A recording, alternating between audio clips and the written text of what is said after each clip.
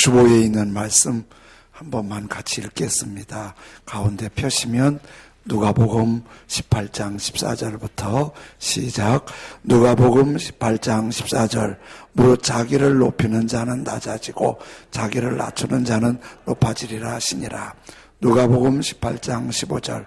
사람들이 예수께서 만져주심을 바라고 자기 어린 아기를 데리고 오매 제자들이 보고 꾸짖거늘. 누가복음 18장 38절. 맹인이 외쳐 이르되 다윗의 자손 예수여 나를 불쌍히 여기소서 하거늘. 시편 119편 1절. 행위가 온전하여 여호와 율법을 따라 행하는 자들은 복이 있으며. 시편 119편 12절. 찬송을 받으실 주 여호와여 주의 율례들을 내게 가르치소서. 아멘. 가까이 계신 분 서로 교제하십니다. 오늘도 참으로 좋은 날입니다. 참으로 좋은 날입니다. 아멘. 한 번 더 잘 되고 있습니다. 잘 되고 있습니다. 아멘.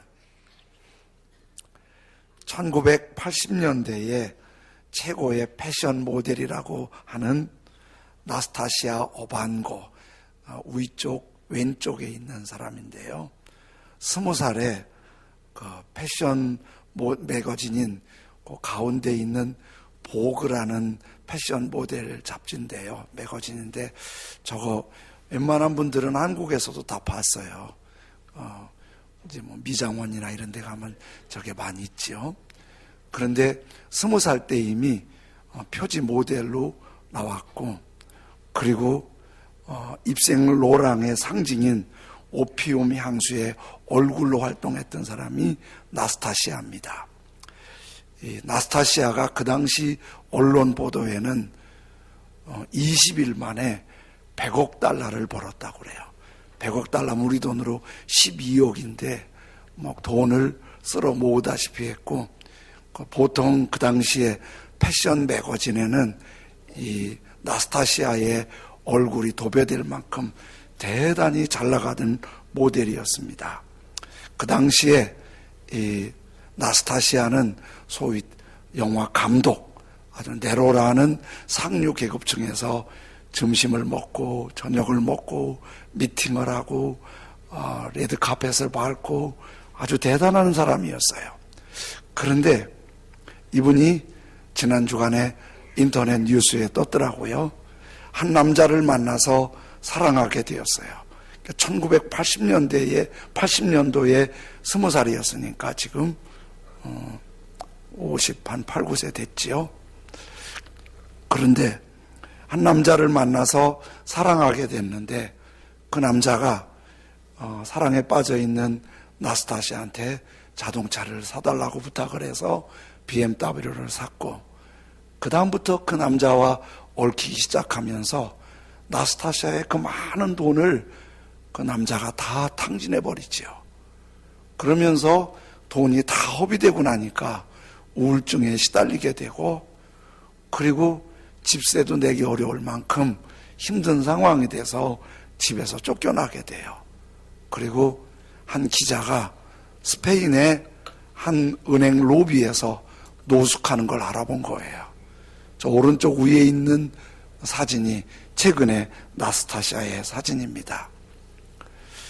이제 기자가 인터뷰하면서 이런 얘기를 하죠. 아주 속상해하면서 나스타시아는 돈이 떨어지자 사람들도 다 떠났습니다. 나는 내 삶을 다시 회복하고 싶습니다. 내 아이들이 자랑스러워할 만한 엄마가 되고 싶습니다. 그렇게 울먹였다고 그래요.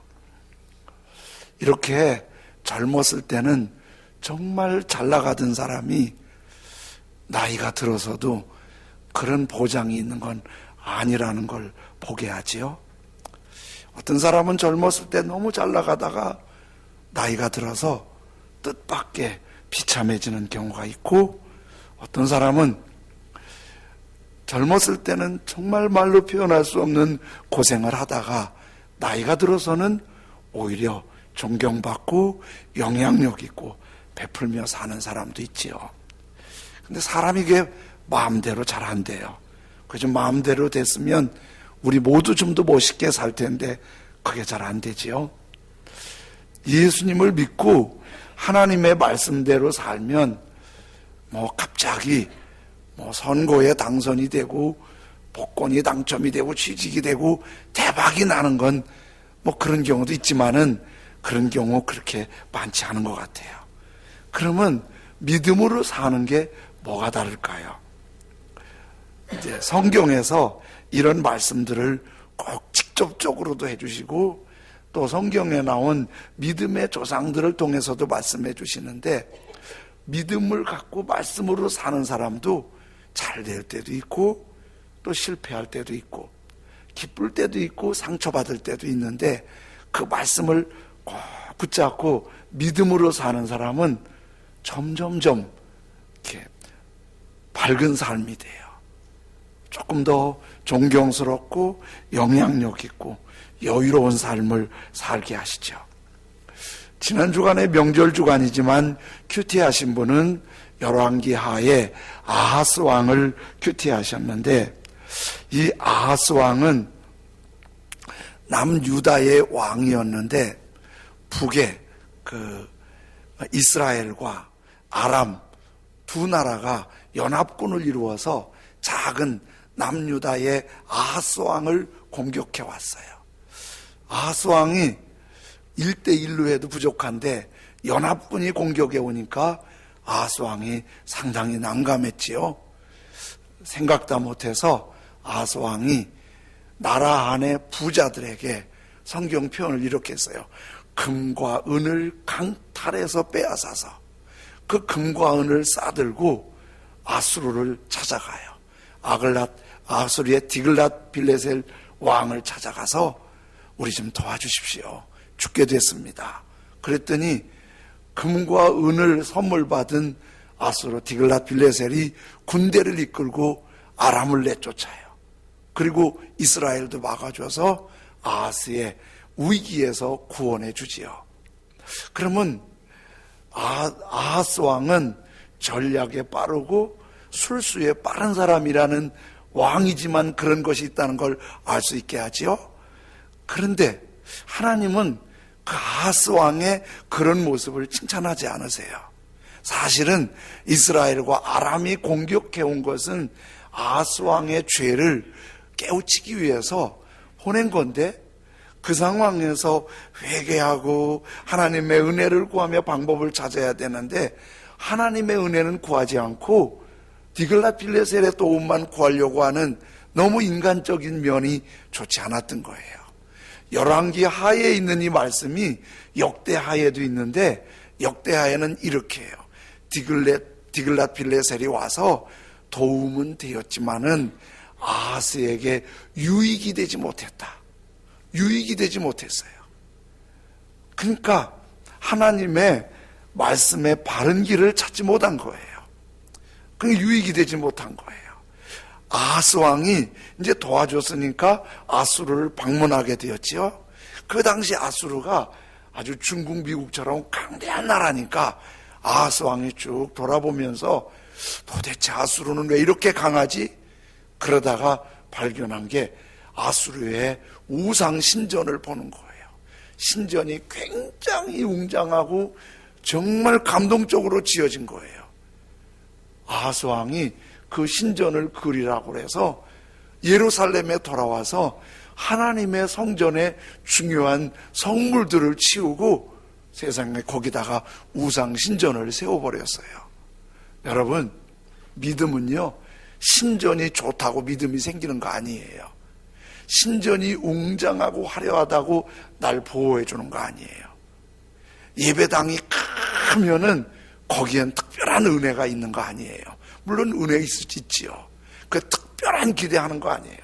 예배 드릴 때 많은 사람이 오케스트라와 함께 감동적인 찬양을 드린다고 거기에 항상 믿음이 막 견고해지는 거 아니에요.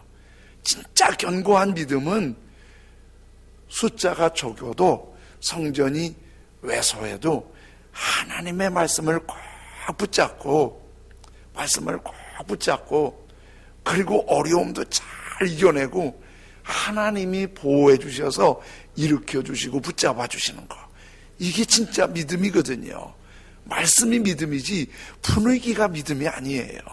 그래서 많은 사람이 막 웅장하게 예배드려도 내가 그 말씀을 깨닫고 그 말씀이 믿어지고 말씀이 능력이 나타나는 게 그게 믿음이지요. 아하스는 거기에 한술 더 떠서 아수르의 종교의식을 받아들인 거예요. 그 이방신의 아주 잔인한 종교의식 중에 하나가 아들을 불에 태워 제물로 바치는 거예요. 이게 상상할 수 없지요? 그 왜 그렇게 했냐고 이제 그 고고학에서 쓴 걸 봤더니 가끔 아기들을 건물 밑에 묻어놓고 그 위에다가 건물 짓는 경우가 있대요. 그러면 아기가 무서워서 막 불에 들어갈 때 막 불에 타 죽으면서 비명을 지르잖아요. 그 비명에 애군이 떠난다고. 이게 우상을 섬기면 진리가 없어서 이렇게 엉뚱한 짓을 하는 거예요. 아하스가 그것까지 본받아 왔어요. 얼마나 부끄럽고 비참한 일이에요. 아하스 왕이 죽은 다음엔 술수가 능한 왕이었지만은 왕 대접받지 못하고 왕처럼 장례식도 못하고 왕실의 묘시도 들어가지 못했다고 그렇게 표현하지요. 그런데요, 나스타시아나 아하스 왕이나 이렇게 믿음이 막 곤두박질하고 삶이 나락으로 막 실패자로 막 이렇게 몰아칠 때 그게 어느 날 갑자기 그렇게 되는 게 아니에요. 그런지 아하스 왕의 그런 모습을 북이스라엘의 호세아 왕 때 북이스라엘은 아주 망하거든요. 그때의 모습을 열왕기하 17장 9절에 이렇게 말씀하세요. 이스라엘의 자손이 점차로 불의를 행하여 그 하나님 여호와를 배역하여 모든 성읍의 망대로부터 견고한 상에 이르도록 우상의 산당을 세우고, 나라에 하나님을 제대로 섬겨야 되는데 그 잔인하고 부끄러운 우상을 막 곳곳에다 세우는 거예요. 근데 이거를 어떻게 하냐면 점차로 불의를 행하여.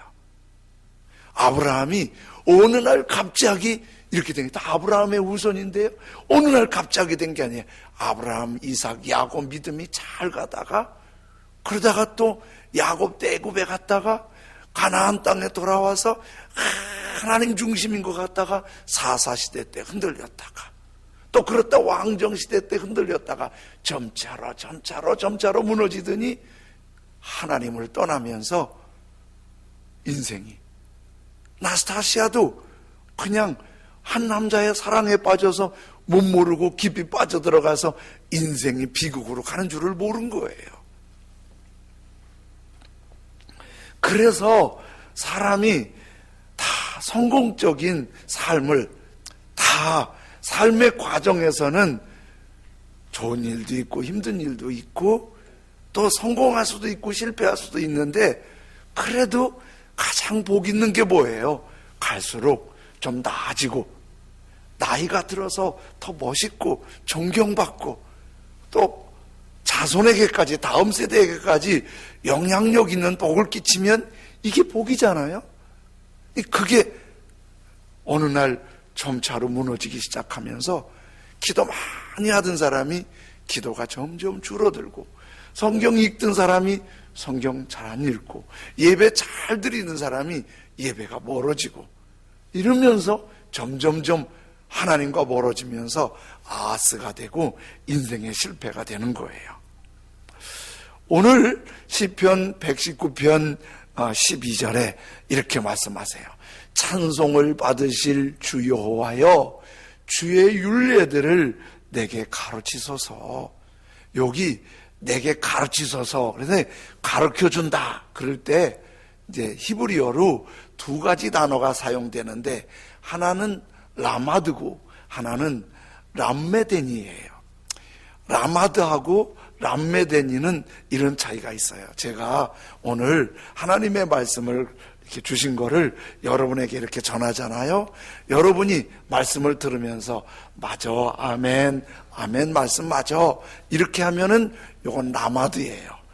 말씀을 전하고 강의식으로 듣고 맞아, 참 좋긴 좋아, 이건 라마드예요. 그러면 람메데니는 뭐냐면 강의식이 아니라 말씀이 몸으로 훈련돼서 몸에 배어있는 말씀이에요. 몸에 배어있는 말씀. 그러니까 삶에 말씀의 향기가 묻어있도록 나를 가르치소서. 여러분, 말씀을 이렇게 듣는 게 더 어렵겠어요?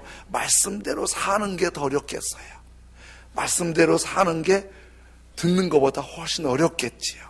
그러니까 주의 윤례들을, 주의 말씀들을 내게 람메데니 해주세요. 이거는 다윗도 이 내용을 알지만은 말씀대로 사는 게 얼마나 힘든 일인 줄 알지만은 주님, 말씀대로 살아서 내게 말씀의 향기가 있게 해주십시오. 이 시편 119편은 다윗이 기록한 시이거든요.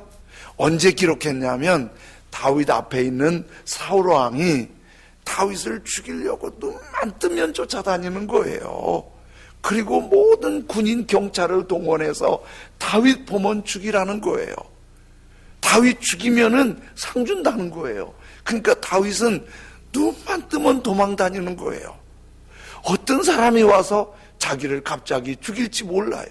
그러니까 눈만 뜨면 도망 다니고 숨어 다니는 게 다윗의 일과예요. 그 도망 다니면서도 다윗은 무슨 생각했냐면 하나님의 말씀대로 내가 도망 다니고 있지만 두렵고 무섭지만은 그러나 말씀은 버리지 말게 해주십시오. 이 아픔 중에서, 이 불안한 중에서, 이 두려움 중에서 하나님의 말씀이 내게 몸에 배도록 훈련되고 가르쳐 주옵소서. 자기를 죽이려는 사울왕이 어쩌다가 자기 눈앞에서 잠자고 있는 거예요. 그냥 죽여도 되고 밑에 부하가 죽여버릴까요? 그럴 때 다윗이 고개만 끄덕해도 그냥 죽일 수 있어요. 근데 다윗은 하나님의 말씀을 너무 배우고 말씀대로 살고 싶어서 그러지 마라. 이분이 날 죽이려고 와도 그래도 하나님이 기름 부으신 분인데 내가 죽이면 하나님이 좋아하겠니? 죽일 수 있는 기회도 안 죽이는데 왜 그러죠? 주의 말씀들을 내게 가르쳐 주십시오. 말씀이 훈련돼서 말씀이 내 몸에 배이게 해주십시오. 혹독한 어려움 중에도 말씀들을 훈련되게 해주십시오. 몸에서 말씀의 향기가 나게 해주십시오. 119편 97절에는 이렇게 고백하지요. 고난당한 것이 내게 유익이라. 이로 말미암아 내가 주의 윤례들을 배우게 되었나이다. 우리 권사님 한 분이 처음 신앙생활할 때 제가 신방 가서 이 말씀을 너무 고난당해서 고난당한 것이 내게 유익이라 이 말씀 제가 전하는데 막 짜증나더래요. 고난당하는데 뭐가 유익이야? 사람 죽었는데. 근데 요즘은 깨달아진다고 그러더라고요. 다윗은 이걸 알았던 거예요.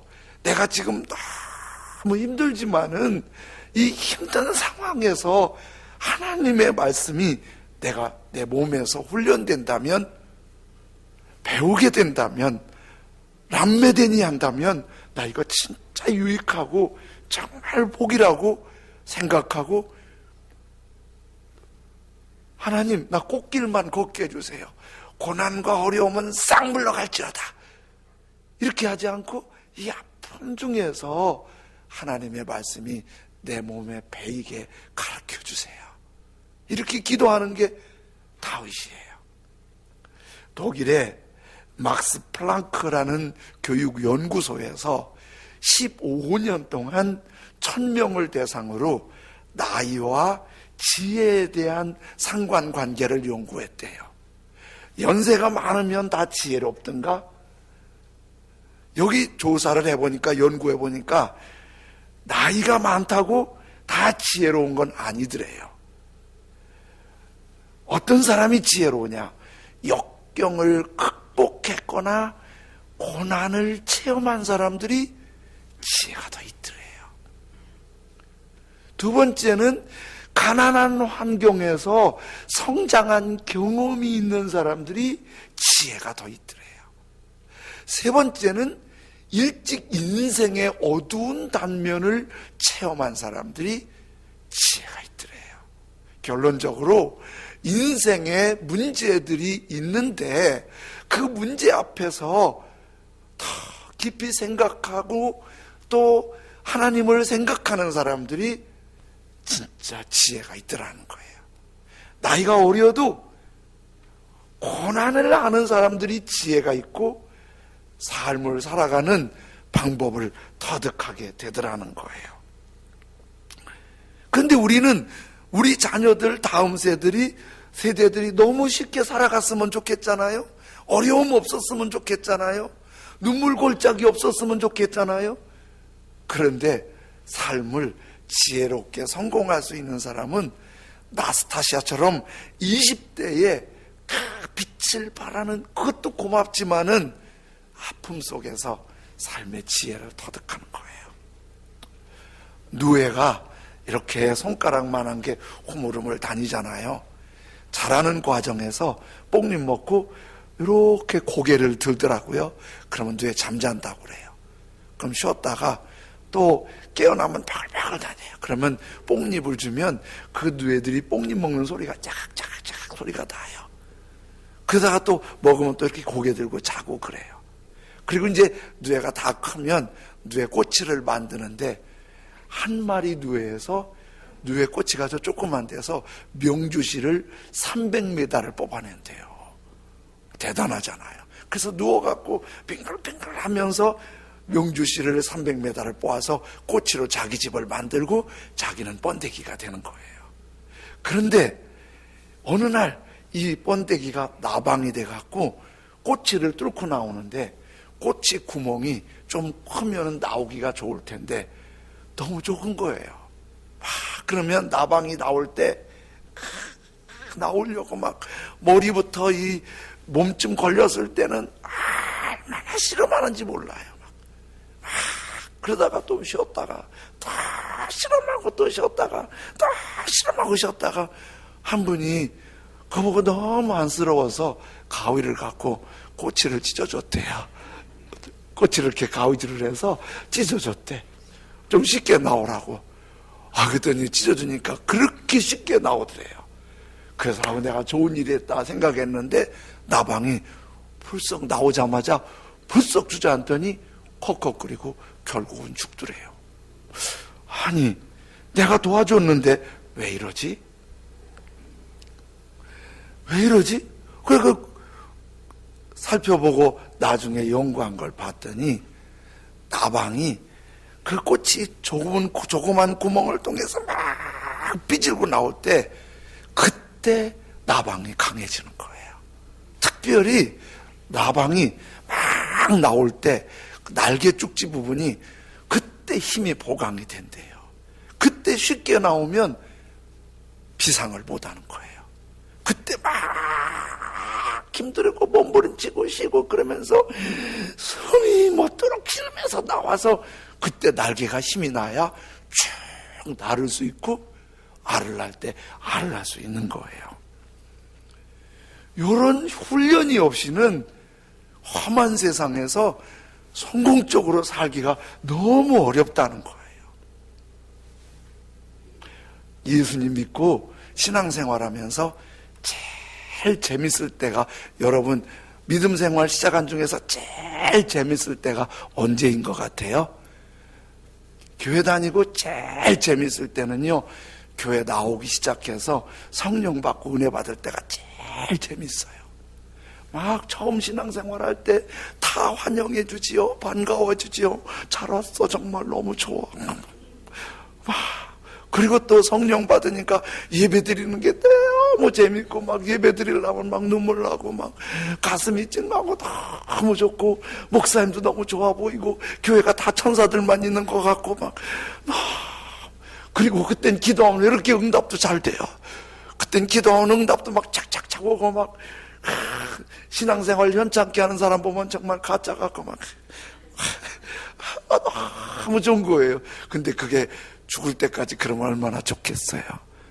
조금 지나면 광야가 와요. 광야가. 갑자기 그렇게 줬던 예배도 드리기 싫고, 교회 다니는 이 사람 저 사람 보니까 교인들이 다 위선자들 같고, 목사님도 가까이 보는 게 왠지 배기 싫고, 누가 말해주는 것도 아주 싫고, 이렇게, 이게 광야예요. 이스라엘 백성들의 출애굽 노정을 수요 예배 때 제가 말씀 전하고 있는데요, 람셋에서 떠날 때 너무 좋았잖아요. 노예로 살다가 해방받았으니까 우리가 8.15 광복 때처럼 대한 독립 만세, 그때 이스라엘 독립 만세, 그리고 좋아했겠지요. 그리고 숫곳을 지나 에담을 지나 비하이로에서 홍해를 건넜을 때는요, 막 애굽 군대가 홍해 빠져 죽은 거 봤을 때는 북치고 장구치고 춤추면서 울면서 얼마나 좋았는지, 이 생명 바치리다 막 그러면서 너무 좋아했어요. 근데 그렇게 가나안 땅까지 기분 좋게 갔으면 얼마나 좋겠어요? 3일 만에 마라에 도착했어요. 마라 뜻이 뭔지 아세요? 쓰다예요. 3일 만에 쓴 물이 앞을 가로막는데 목말라 죽겠는데 죽을 뻔한 거예요. 그러니까 그때 마라에서부터 가나안 땅 가까이 올 때까지 정말 고생한 거예요. 너무 힘드니까, 힘들면 뭐가 나오죠? 원망시와 불평시. 힘들면 막 원망 나오고 불평 나오고 막 마음에 안 들고 그냥 막 그러잖아요. 원망시 불평시가 막 도는 거예요. 근데 하나님이 제일 싫어하는 게 원망이에요. 불평이에요. 그래서 원망 불평하는 사람들한테 불뱀, 독이 전 세계에서 가장 독하다는 그 불뱀은 날개도 있대요. 이게 막 사막에서 견딘 뱀이니까 얼마나 독하겠어요. 그냥 원망 불평하는 사람들 다 물어 죽여버렸어요. 다 물어 죽였어요. 그런데 가나안 땅까지 들어간 사람 2사람이 있어요. 여호수아 갈렙은 안 죽고 살아갔어요. 왜 그런지 아세요? 믿음이 하나님 말씀으로 잘 람매되니 해서, 말씀 배워 있어서 아무리 어려워도 하나님 의지하고, 아무리 힘들어도 하나님께 예배하고 찬송하고 감사했더니 너는 정말 변함없는 믿음이라고 가나안 땅에 들어가게 하신 거예요. 터키에 터라스라는 산이 있는데요, 그 산에 새가 2종류를 소개하는 글을 봤는데, 하나는 독수리가 많이 서식하고 또 하나는 외가리가 서식한대요. 저 밑에 있는 게 외가리인데, 그런데요, 독수리가 그 생태의 순환이 강한 게 좀 약한 걸 잡아먹고 약한 건 더 약한 걸 잡아먹고 그러잖아요. 그러니까 이 외가리는 독수리의 먹잇감이에요.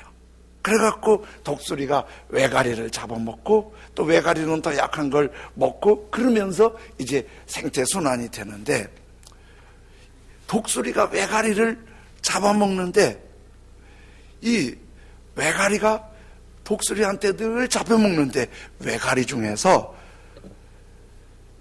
장수하고 안 잡혀먹는 외가리가 있더래요. 그래 왜 그런가 그걸 새 연구하는 사람들이 봤더니, 외가리가 날아갈 때 그냥 조용히 날아가지 않고 꺼꺼꺼 그러면서 날아간대요. 그러니까 독수리가 이렇게 째려보고 있다가 외가리 나오면 쫙 쫓아가고 탁 채갖고 잡아먹는다는 거예요. 그런데 장수하는 독수리는 하나의 비법을 외가리는 비법을 터득했는데, 멀리 날 때면은 돌을 입에 물더래. 돌을 입에 물고 또 떠나더래. 이걸 물고 있으니까 옥곡 소리가 안 나니까 독수리가 그 소리를 못 들으니까 훅 날아갈 때 사는 거야. 독수리를 입에 물어, 외가리가 돌을 물으니까 되는 거예요. 마귀가 아주 예민한 게 뭐냐면 원망하고 불평하는 거예요. 다 힘든 일이 있어요. 다 잘 풀리기만 하는 거 아니에요. 이런 사람은 이런 사람대로, 저런 사람은 저런 사람대로 다 힘든 일이 있어요. 그래도 원망 불평하지 말고 하나님 말씀이 몸에 배서 그래도 감사합니다. 그리고 예배자로, 찬송자로 하나님을 잘 높이잖아요. 그게 말씀이 배어있는 가르침을 받는 다윗의 모습이고, 그게 우리가 끝까지 존경받는 믿음의 사람으로 성공하는 길인 줄로 믿습니다. 사울왕이 선지자 사무엘 선지자가 사울왕을 찾아와 갖고 아말렉을 공격하십시오. 공격하면 아말렉 다 이길 겁니다. 그런데 대신 거기서 뭘 가져오려고 하지 말고 사람이든 짐승이든 다 죽여버리십시오. 거기 영향받아서 우상 섬길 가능성이 있으니까 다 죽여버리십시오.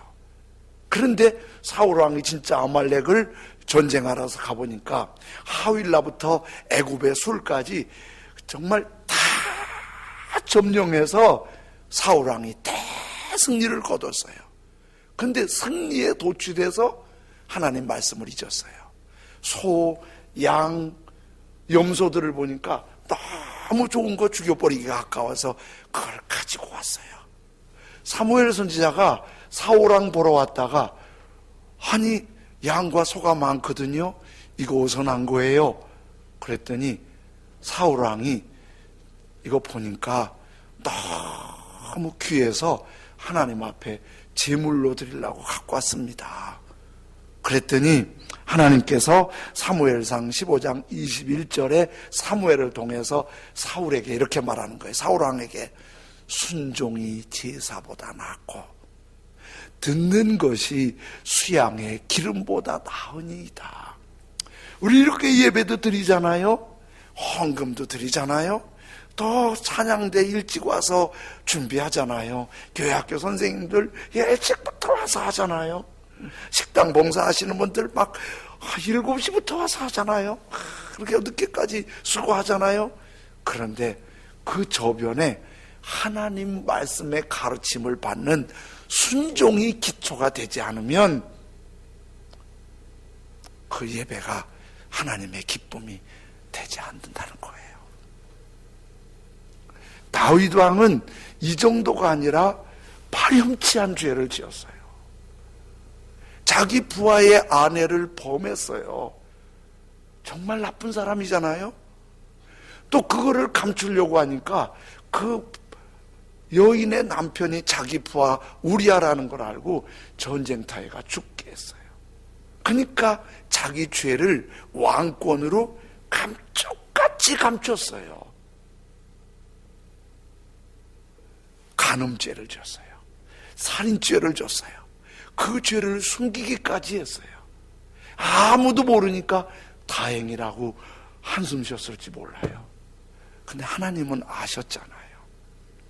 하나님께서 나단 선지자를 다윗 왕한테 보내서 책망을 하잖아요. 왕이 아내가 필요하다면 하나님이 더 주셨겠지요. 어떻게 부하의 아내를 버리고 범하고 그 부하를 전쟁터에 이방인의 화살에 맞아 죽게 하고 어떻게 그럴 수가 있어요? 그 당시 다윗 왕이 누구예요? 천하를 통일한 이스라엘뿐만 아니라 주변국을 점령한 누구도 넘나볼 수 없는 막강한 왕이잖아요. 일개 선지자 하나 입 막는 거 어렵지 않잖아요. 사람 시켜서 이 선지자 죽여버려라, 감옥에 가둬버려라, 그럴 수 있는 권력이 얼마든지 있는 사람이었어요. 그런데 선지자가 하나님 말씀 가지고 왔을 때 다윗 왕이, 그 천하의 다윗 왕이 선지자 앞에서 항상 울면서 회개하는 거예요. 감춰진 죄가 드러났는데 그걸 감추려고 하지 않고 말씀을 받는 순간 항상 울면서 회개를 하는 거예요. 그 회개가 시편 51편인데 1절에서 3절까지는 이렇게 회개해요. 하나님이여, 주의 인자를 따라 내게 은혜를 베푸시며, 나 자격이 없는데 주의 인자, 주의 사랑을 따라 내게 은혜를 베푸시며, 주의 많은 긍휼하심을 따라 나를 불쌍히 여기셔서 내 죄악을 지워주세요. 나의 죄악을 말갛게 씻으시며 나의 죄를 깨끗이 제하소서. 무릇 나는 내 죄가를 나오니 내 죄가 항상 내 앞에, 내가 그거 말고도 내가 이 죄에서 벗어나지 못하고 있습니다. 5절 6절에는 이렇게 회개하지요. 보소서, 주께서는 중심이 진실함을 원하시오니 내게 지혜를 은밀히 가르치시리이다. 회개하는 지혜를 은밀히 가르치시리이다. 우슬초로 나를 정결하게 하소서. 내가 정하리이다. 나의 죄를 씻어주소서. 내가 눈보다 희리이다. 우슬초가요, 우리나라로 하면 쌀이나무예요. 우린 쌀이나무로 빗자루를 만들듯이 이스라엘에는 우슬초로 빗자루를 만들어요. 그래갖고 양을 제물로 드릴 때 양의 목을 잘라서 피가 나오면 그 피를 우슬초 빗자루로 적셔서 문에다가 이렇게 바르면 용서되었다 그러는 거예요. 지금 다윗 왕이 하나님 앞에, 하나님, 우슬초로 우리 예수님의 피로 나 좀 깨끗이 씻어주세요.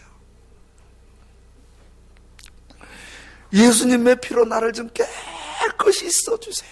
그럼 내가 정결하게 될 것입니다. 내가 내 죄과를 압니다. 그러면서 51편 19절엔 이렇게 마무리해요. 그때에 주께서 의로운 제사와 번제와 온전한 번제를 기뻐하시리니 그때에 그들이 수소를 주의 제단에 드리리이다. 하나님의 말씀을 잘 가르침 받은 몸에 밴 감사, 몸에 밴 예배, 몸에 밴 찬송으로 하나님이 가르쳐 주셔서 그렇게 훈련된 예배를 하나님이 기쁘게 받으시리이다.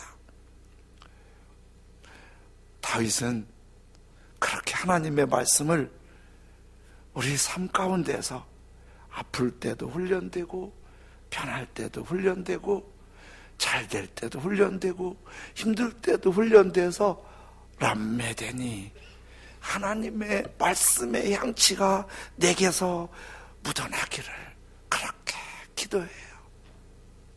잘 되고 흥왕하고 번성하기보다 말씀이 나한테 훈련되게 해주십시오. 우리 매일 1시간 주님과 함께, 어떤 분 차를 쳤더니 차 안에 성경 말씀이 막 읽혀지는 거예요. CD를 사갖고 차를 타기만 하면 말씀이 잘 들려오더라고. 말씀이 늘 읽혀지고 들려지고 예배되고 기도하고 매일 그렇게 하면서 나를 가르치소서. 아세요? 사울왕은 그렇게 하나님의 말씀을 버렸더니 하나님께 버림받아서 자기도 망하고 왕자들도 다 죽고 가문도 망해버렸어요. 다윗은 선지자 앞에 그렇게 비굴하게 울면서 회개하는 것 같았는데 건 3000년이 지나가는 지금도 가장 존경받는 하나님의 사람으로 그 가문으로 복을 받은 거예요. 주의 말씀들을 내게 람메데이 가르치소서. 우리 이런 찬송 부르면서 주님께 나아갈게요. 주님 말씀하시면 내가 나아가리다. 주님 뜻이 아니면 내가 멈춰서리다. 나의 가고 서는 것 주님 뜻에 있으니 주님 나를 이끌어 주옵소서.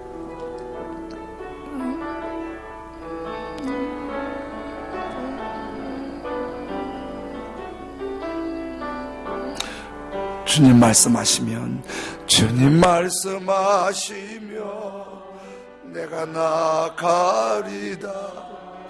주님 뜻이 아니면 내가 멈춰서리다.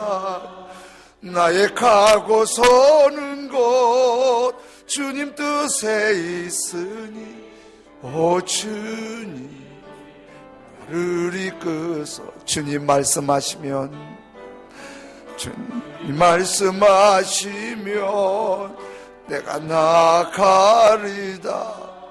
주님 뜻이 아니면 내가 멈춰서리다. 나의 가고 서는 곳 주님 뜻에 있으니 오 주님 나를 이끌 뜻하신 그곳에 나 있기 원합니다. 이끄시는 대로 순종하며 살리니 연약한 내 영혼 통하여 일하소서. 뜻을 위하여 뜻하신 그곳에 나 있기 원합니다. 이끄시는 대로 순종하며 살리니 연약한 내 영혼 통하여 일하소서. 주님 나라와 그 뜻을 위하여 오 주님 나를 이끌. 주님 말씀하시면 내가 나아가. 주님 내게 말씀을 가르치시소서. 람메데이 말씀이 훈련되게 하시고 내 삶에 말씀의 향기가 있으면 우리 인생은 성공할 것입니다. 주님 말씀이 훈련된 말씀의 향기가 있는 말씀의 사람으로 살게 해주십시오. 우리 한 목소리로 자유롭게 주님 앞에 기도드리겠습니다. 할렐루야. 하나님 아버지 감사합니다. 주님 말씀하시면 그 말씀이 우리에게 분명히 능력이 되는 줄로 믿습니다. 사랑하시는 나의 아버지 하나님, 사랑하시는 아버지 하나님, 하나님의 말씀이 우리에게 훈련되길 원합니다. 사랑하시는 주 하나님 아버지 하나님, 귀로 듣는 말씀을 넘어서 말씀이 우리 몸에 배어있는, 말씀의 향기가 있는, 말씀의 거룩함이 있는 말씀 안에서 주님 인도하심을 따라 살아가는 하나님의 사람들로 살 수 있도록 인도하시길 기도합니다. 사랑하시는 나의 하나님 아버지, 그 말씀이 우리에게 길이 되고 비전이 되고 소망이 되고 승리가 될 수 있도록 거룩하신 하나님 도우시길 원합니다. 전능하신 하나님 아버지 붙잡아 주시옵소서. 그 말씀을 따라 살게 하여 주시옵소서. 주님의 뜻을 온전히 따르는 주님의 사람으로 살아갈 수 있도록 인도해 주시기를 기도합니다. 내 영혼 통하여 일하소서. 주님 나라와 그 뜻을 위하여 뜻하신 그곳에 나 있기 원합니다.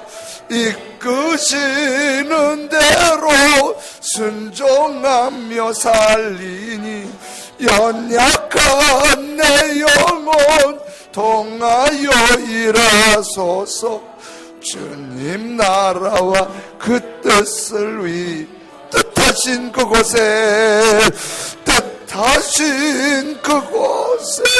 나 있기 원합니다.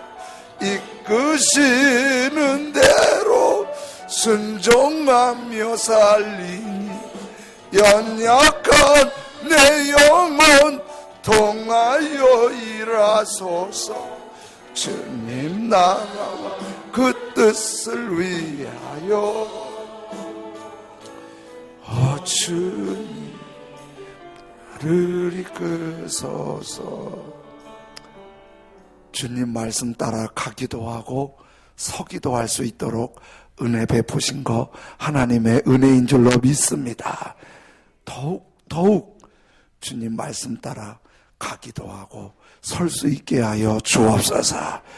뜻하신 그곳으로 한 걸음 한 걸음 인도해 주시고 하나님의 말씀이 람메데이 우리의 몸에 배어 있어서 말씀의 향취가 있어서 하나님이 함께 하시는 성공적인 찬양의 가족들 되게 하여 주옵소서. 주님, 우리 다 성공적인 인생을 살기 원합니다. 말씀을 다윗에게 가르쳐 주시듯 우리 겸손히 배우고 그 말씀 안에서 다 성공적인 존귀한 하나님의 사람들로 복을 내려 주옵소서. 헌금 드릴 때 주님께 기쁨이 되기를 원합니다.